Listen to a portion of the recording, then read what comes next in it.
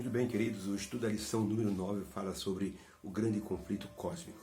E é uma lição que nos chama a atenção por causa da natureza do conflito cósmico, que é o estudo de hoje, a natureza do conflito cósmico. Ou seja, a real razão do conflito cósmico. Por que uma criatura se opôs ao seu Criador?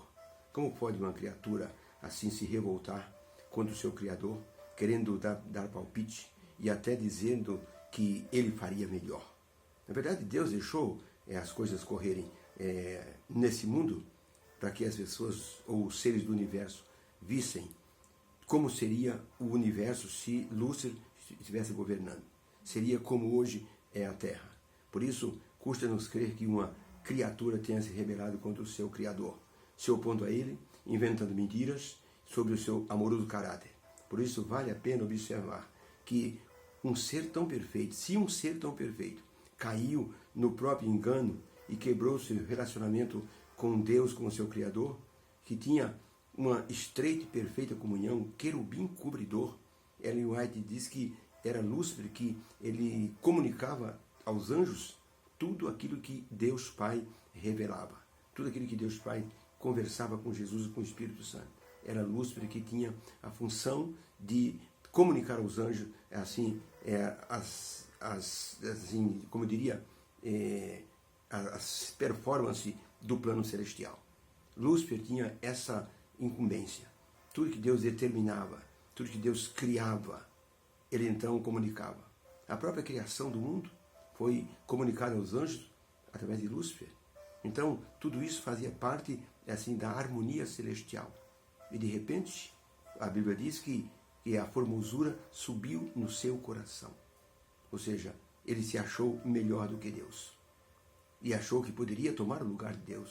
Subirei acima das mais altas nuvens. Serei semelhante ao Altíssimo. Não há nada de mal ser semelhante ao Altíssimo, em bondade, em perdão, em amor. Mas ser semelhante a Deus em poder significa confrontar esse poder e tentar tomar o lugar desse poder.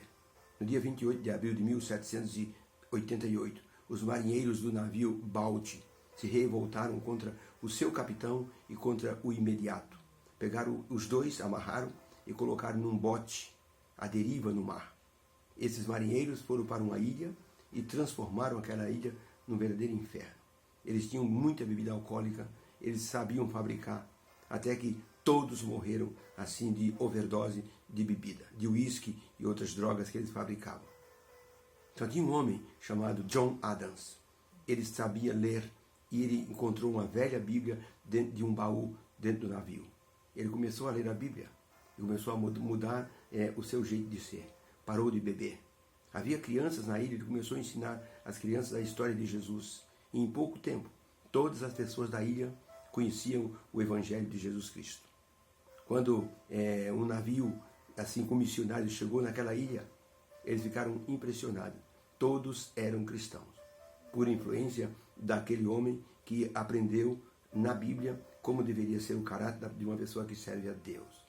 Ali estava vencido o mal através do poder da palavra. Ellen White escreveu no livro Conselho para Pais, Professores e Estudantes, na página 33 o seguinte: quando Lúcifer foi lançado fora das cortes de Deus, ele continuou na terra a sua obra de rebelião. Mediante a tentação e a ambição, Satanás levou a efeito a queda de nossos primeiros pais, e desde então a satisfação das ambições humanas e a condescendência com desejos egoístas se tornou a ruína da humanidade. Foi isso que Lúcifer despertou nos nossos primeiros pais, aquilo que ele tinha no coração, ambição desmedida. Sereis semelhantes a Deus. Se vocês comerem esse fruto, vocês vão ser semelhantes a Deus. Olha o que ele disse no céu: serei semelhante ao Altíssimo.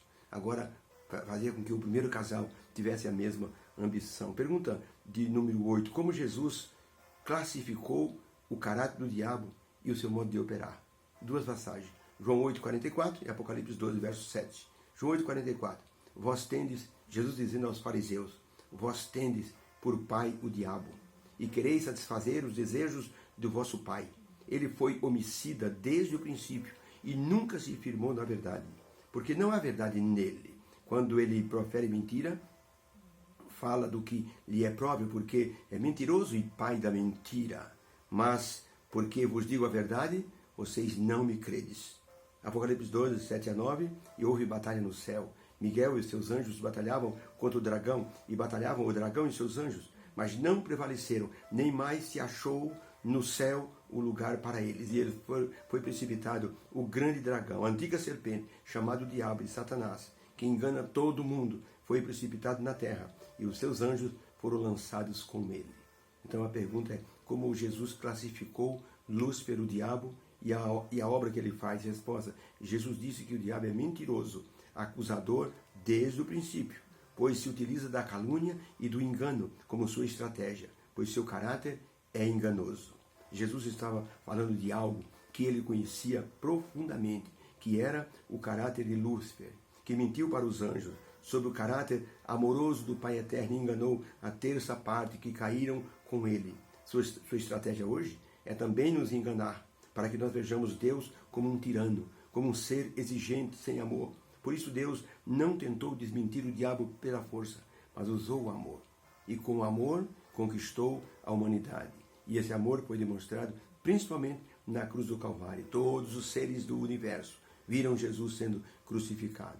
Crucificado por quem? Por aqueles que o diabo levou a fazer isso com Jesus. E ali estava assim derrotado o diabo na morte de Cristo. Lúcifer pensou que ele havia derrotado Jesus e pensou ele nunca mais vai acordar.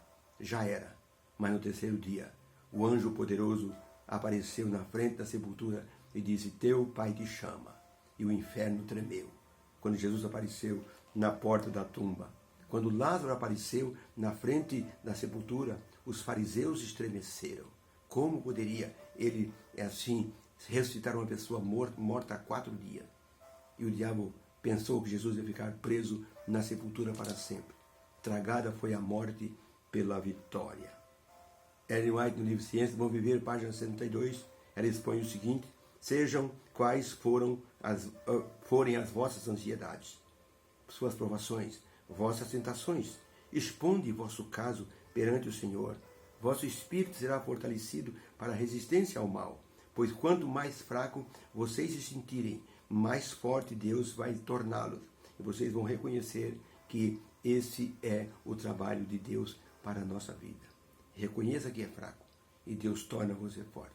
Por isso o apóstolo Paulo diz assim: quando eu sou fraco, aí é que eu sou forte. Porque aí ele vê a operação do Espírito Santo na vida. Todo crente precisa ter uma mentalidade de guerreiro. Imagine que você está no seu quarto dormindo, quando acorda com os gritos do seu filho, sendo atacado por um estranho dentro do quarto. Naquele momento você se transforma num guerreiro imbatível e parte para cima do invasor com a intenção de resolver o problema. E é isso que Deus quer nos tornar, guerreiros invencíveis. Mas para isso, vamos precisar usar as armas divinas.